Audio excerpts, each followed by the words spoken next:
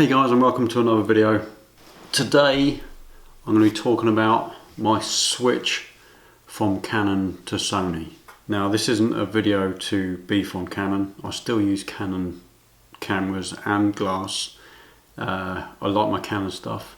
I switched primarily for weddings. Let me just give you a bit of a background into what happened. Last year in 2016 I started thinking about where I was with my wedding photography and that I needed to look at an upgrade. I had a Canon 6D as my main camera and a Canon A7D as my secondary, and both amazing cameras, but I hadn't upgraded for a long time. I think my 6D was about 4 years old at that point, and I wanted to make sure that I could grow as a business and better my photography if I could. So I was looking at an upgrade anyway, whether it was sticking with Canon or looking elsewhere. I started doing some research online, mainly on YouTube, looking at people like Jason Lanier and others who not only do wedding photography, do other photography, and give good reviews on the gear. Jason Lanier is a Sony artisan, so some would say that he's biased slightly, but he admits on all of his videos that although he shoots Sony and has Sony kit, he also has Canon kit and Nikon kit that he puts on his Sony cameras, and he loves his Canon lenses. I know that for a fact because I've seen him use them. I was looking for advice, unbiased advice, and I believe I got that. Jason's videos after his switch, he got a bit of a backlash from a lot of people. However, the reviews in my mind were kosher. They were good reviews of the gear, so I started taking note, having not even contemplated using Sony gear for photography. I started researching, looking at the Sony A7 series cameras. I knew at the time I'd be selling my house, so I knew I was going to have a little bit of cash to play with and to put into my business. So I decided to look at the Sony A7R II, comparing that with the, at the time, what wasn't actually out yet for Canon, which would have been the Canon 5D Mark IV, which is now out, which is a good camera, really nice camera. Tricky for me to make the decision because I am also a landscape photographer, and I know the Canon 5D Mark IV is perfect for landscape photography. So it was tricky, but I had to look at my situation and where I was financially, as well as where I was in a business sense. Now for my landscape photography, I don't make any money.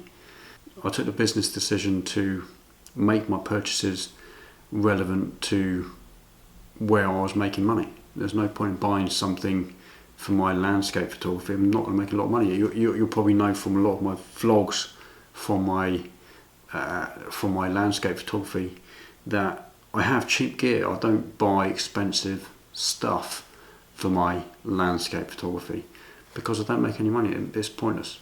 So I think I've done the right thing. Since I've purchased my A7R II, I've had no issues.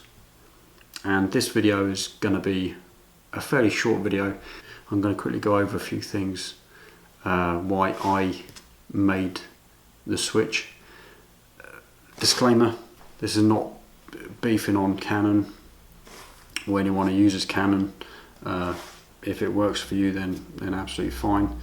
If you can take a little bit of this video away and it helps you make a decision in the future, that's all this is about. So let's look at this bad boy. This is the Sony A7R II.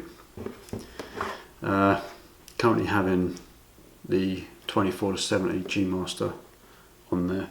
If you've seen my other video about my wedding kit, I'll link that in the description. I'll also put a little link up there for you shortly, so you can have a quick look at that as well. But I do go over a few of my other lenses, but this video is particular for the A7R II. Here's a few reasons why I made the switch from Canon to Sony. So the first one is that Sony is innovating a lot faster than all the other major companies out there. If you look at Nikon and Canon, their rotations for their camera releases are anywhere between 2, 3 and 5 years. Sony are bringing out a new camera line or a new version of cameras every 6 months to a year. So technology for Sony is being put into these cameras so quickly, and in my mind this camera, the technology that's in this camera, far outweighs what Canon have come up with in the 5D Mark IV. So the next big thing for me was the electronic viewfinder. The idea that you can see the image that you're going to produce before you even click the button, to me, was a game changer, and it was a massive reason why I bought this camera. I'm getting more good images from this camera at a wedding throughout an entire day than I ever did with Canon. During my culling process, I am getting more images to give to the client, because a lot more of the images that I'm getting are amazing, they're perfect. This camera in itself is just the fact that I can see an image before I take the shot and I know what I'm going to get. Brilliant. The stabilisation in this camera, it's got 5-axis stabilisation, all the yaw, backwards, forwards, all that stuff, is brilliant, and I think that's a contributing factor to me getting more good images from the wedding day. So that itself is just amazing. The focus system on this camera is, in my mind, the biggest thing that drew me to it. The focusing, if you've got the right glass on there, and we'll come to that in a minute because there's an issue with glass, but if you've got the right glass on there, the focusing system on this thing is second to none. It is unbelievable. And I know there's a new version, the A9 is out, and I know that's even better for focusing. But the A7R II is just unbelievable to focus. Take it out one step further, the eye autofocus, it can focus on an eye. And if you've got the right glass on, it will do that at distance, and you will get the eye in focus every single time. If you're a portrait photographer, if you're a wedding photographer, you know that you need to get an image in focus, but you know that the eyes in the image are what need to be in focus. If you've got a really good image of a client and a couple, and the eyes aren't in focus, you can just ruin an image. You end up throwing so many away. With this, I've never seen such a good focusing system in a camera at all, ever. So that, for me, is the biggest #1 reason why I swapped to Sony, because their focus system is just unbelievable. It's perfect. For me, lastly, I wanted a system where I could shoot hybrid photography, so I can take videos as well as still photography. And this thing's got 4K, and it's just perfect. There's a few issues with getting video as well as doing stills photography on this, but I'll come to that in a second when I speak about the cons, because there are a few cons. So let's go through them now. The one of the biggest problems and one of the biggest gripes that people have about this is the battery life, and it is bad, to be fair. I carry with me 6 batteries during the day. To be fair, I haven't used all 6. I do that because generally if I'm at a wedding all day long, I may not be able to charge batteries up throughout the day, so I make sure I've got enough to cover. So I think the most I've ever used on a full day wedding is about 3.5 to 4 batteries. I'm thinking about getting the battery grip that will have 2 batteries in it at a time, so I'd only have to do a swap once during a wedding. To be fair, with Canon, I didn't have to swap at all. 2 batteries would last me the whole day, but it doesn't take long to punch a battery out of this thing. You're always going to have time, and if you've got a battery in your pocket, which I do, I just carry an extra battery. My system will swap it over and give me a new battery when he's seen me swap it. It's not a big deal.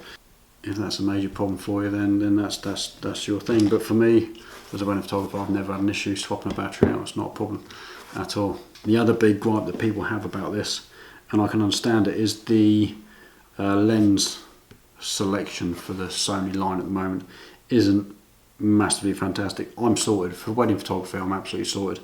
There's a few more lenses I want to get. I wouldn't mind having a good 35 and some other bits and pieces, but I know I've bought the really expensive stuff. The G Master lens line is the most expensive line they've got, but there are cheaper versions. There are some Zeiss lenses out there that do a really good job.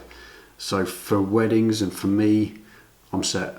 I've got no problems with that at all. I know people out there, sports photographers, mainly because they've just bought the A9 out, which is being pitched to the sports camera, but there's not really any sports lenses for it.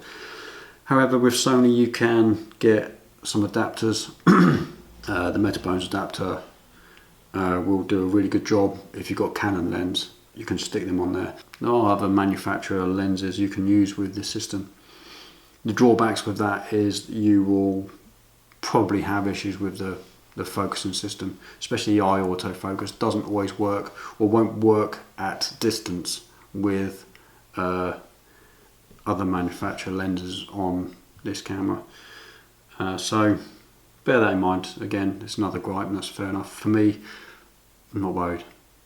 I've got all the glass I need for weddings, everything that I'm ever going to need, apart from another couple of lenses which are already out there. I just can't afford to buy them at the moment, but I will get them at some point, and I'm set. The other main thing that people have a major issue with, and I do understand, is the menu system on the Sony cameras. It's not good. The menu system is complicated. Although you do have some custom buttons, there's 4 custom buttons on this that you can assign various things to, and the function button is pretty good on this.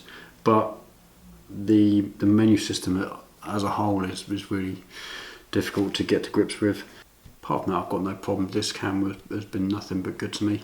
So there are my main reasons for and against buying the Sony A7R II. So I hope you've enjoyed this video, and in some way it's been instructional for you, and I hope you got something out of it. If you've got any questions, I'm more than happy to answer. Please drop me a quick comment down below. If you found it informative, please like the video. That would be fantastic, and please subscribe to get future updates. So thanks again, and I will see you in another video. Thanks.